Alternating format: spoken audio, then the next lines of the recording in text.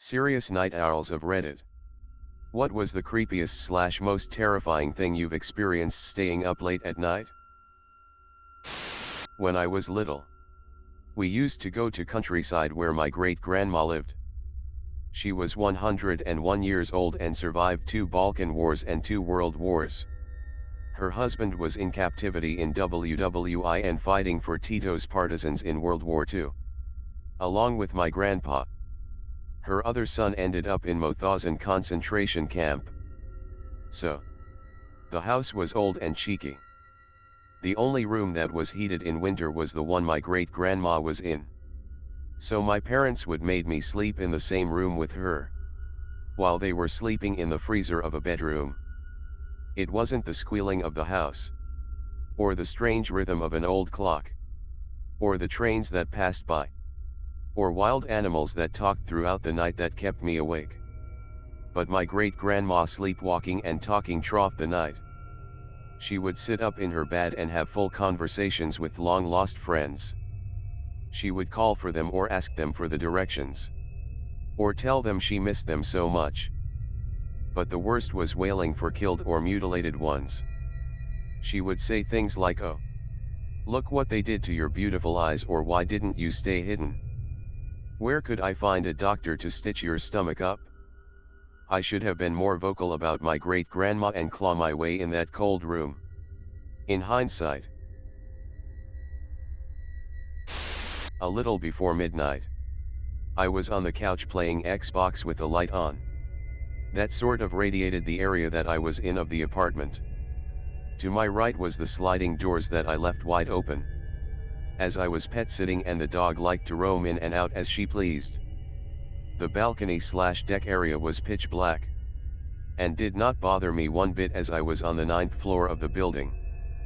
I was finishing up a match, when all of a sudden the dog started growling and barking viciously, then crying at something that caught her attention on the other side of those sliding doors. However, she remained where she was situated. She kept going at it. I got to a point where I wanted to investigate. When I did, there was nothing amiss outside. No indication of any movement. I suspected it to be a cat or a tiny animal of some sort and closed the doors. She quieted down for a while, only for her to become alert again. It was clear that she was following movement of something outside. I decided to leave the lights on and tried my best to get some indication of what she was staring at. Although there was nothing there. That followed by her growling/barking/crying, and it went on for ages. What perplexed me the most is that she refused to stand up, approach the door, or just go outside and attack, which is not in her nature at all. I decided then to close the blinds, and she calmed down immensely. I have no idea what terrified me the most. The fact that there could have been someone/something there, or there was something there that I couldn't see.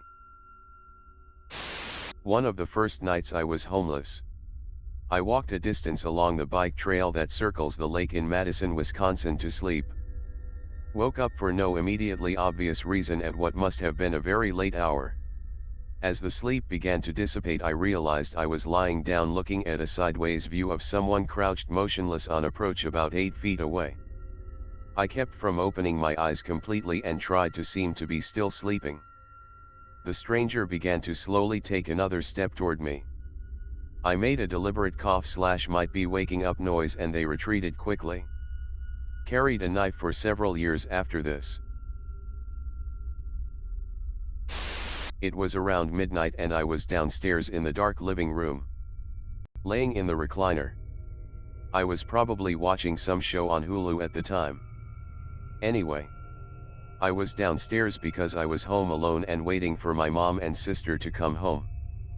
After a while, I heard the garage door open.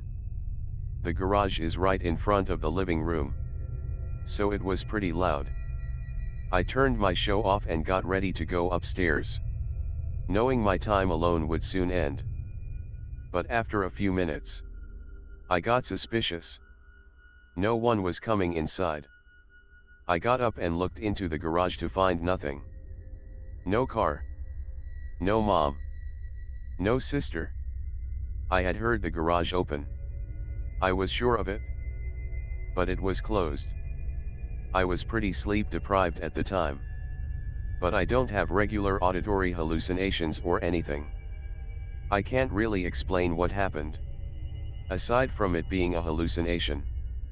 I'm a little spooked just writing this out. That happens all the time at my house. We'll hear the garage door open while everyone is home and go check and it'll be closed and the light is off. We thought it was just our imagination until we got a dog who hears it too. As a teenager, I was once up late on a weekend playing World of Warcraft. As one does. My sister had fallen asleep on the couch next to me. And my dad was asleep in his room nearby. Nobody else except our cat was in the house. It's about 3 a.m. I'm kind of focused on my game. When suddenly I hear what sounds like a fridge ice maker. Okay. The kitchen is just to my left. Not too weird. Until a few moments later. When I heard something several rooms behind me near the front door shatter. I jumped and checked to see if my sister was still beside me. She was. And the cat was curled up on top of the couch beside her. My dad was still in his room. So what the beep? I can't remember if I woke up my sister or if the sound woke her up. My dad was still asleep. I grabbed a pair of scissors and decided to investigate in case there was an intruder. My sister insisted on coming. So I handed her a second pair of scissors. We crept down the short hallway. Peering about. To discover that in the front room.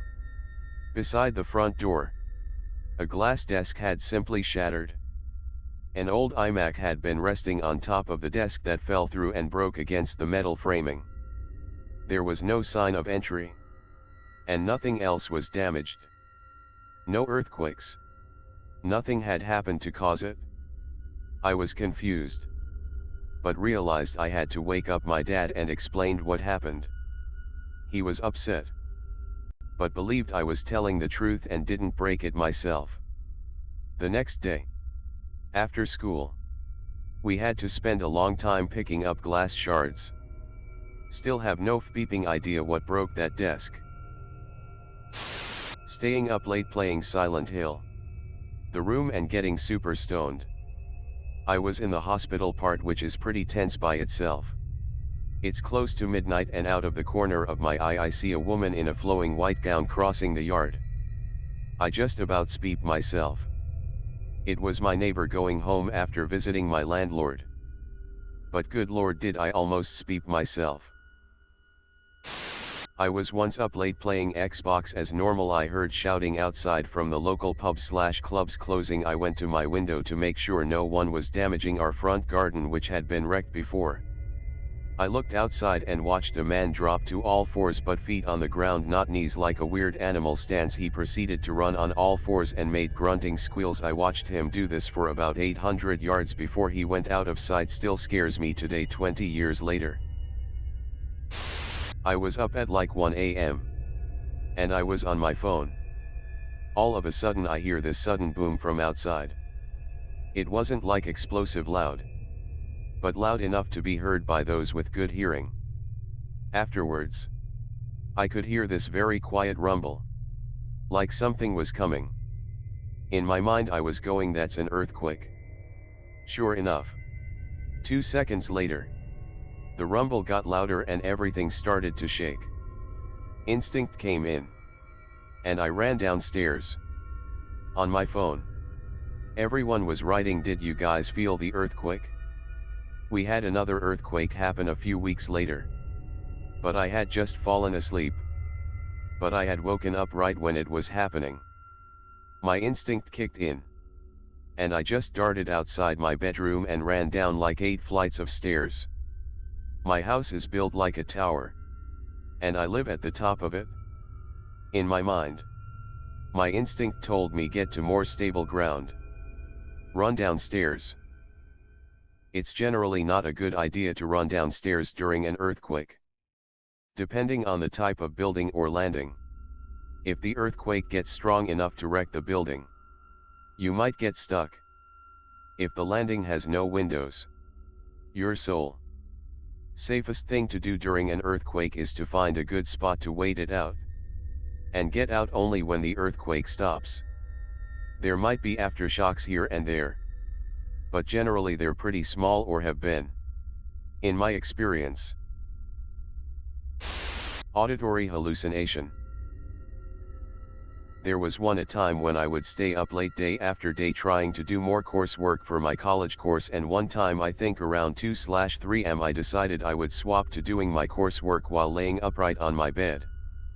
So I did, and then thought for a second I'm just going to rest my eyes, and slowly began to nod off.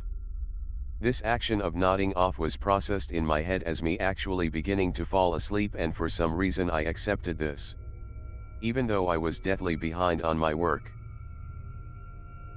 Let's say the nodding off is measured in a percentage, and reaching 100% is when I fall unconscious. I was at around 85% when I heard a distinct and very audible "Hey Ed" that sounded as if someone was located exactly to the right of my head and just spoke normal speaking volume directly into my ear. I instantly jolted my head right to see what made those words, but I was just greeted with my plain white wall next to my bed. At that point I was at an extremely difficult and damaged part in my life and was not surprised that I had such an experience. Please everyone, take care of yourself, your body, your sleep, your mind, and all things that encompass who you are. Stay hydrated too. I've had this most of my life. A couple days ago I woke up hearing the doorbell, but I know now fairly well when it's real and when it's not. That one was a fake. I had a similar situation though a few years ago where I could swear someone said the same thing, "Hey," followed by my name. Not in any real threatening or scary voice. Just kind of a normal tone.